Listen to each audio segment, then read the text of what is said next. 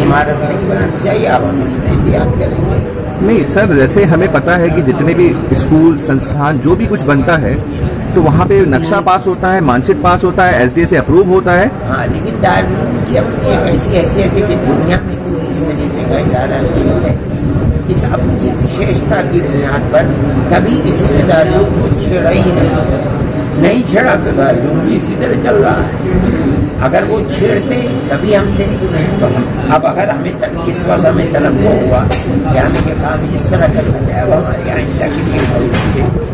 मौलाना 1947 के बाद से कभी दारुल को आप कह रहे हैं छेड़ा नहीं गया, फर्स्ट टाइम छेड़ा गया, क्या मानते हैं आप, क्यों छेड़ा जा रहा है दारुल को जब कभी नहीं छेड़ा गया? किसी ने शिकायत कर दी है कि लोगों में से किसी ने शिकायत की, वो हमें मालूम है।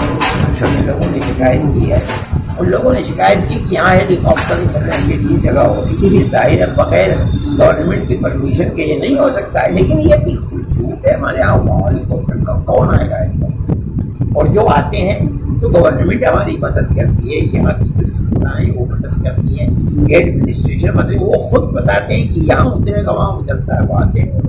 हजरत कुछ लोग बार बार ये टारगेट करते हैं कि दारुल आतंकवाद करता है, इस तरह के बयान देते रहते हैं, तो क्या आप उसी चीज को जोड़ के देख रहे हैं कि ये भी एक साजिश के तहत ही जांच वगैरह कराई जा रही है? ये कोई चीज नहीं, आतंकवाद का अल्लाह क्या करते हैं, दारुल का दरवाजा हर एक के लिए खुला हुआ है, रात में आइए दिन में आइए, जो चाहे देखिए आतंकवाद कहाँ से होता है। हमारे सबको में बैठ के कुरान और हदीस के अंदर अगर आतंकवाद नहीं है तो दारुल में आतंकवाद कहाँ से हो सकता है? ये तो कहने वाली बात है, प्रोपेगेंडा है, आदमी जो चाहे कह देगा उसके मुंह को पकड़ता है।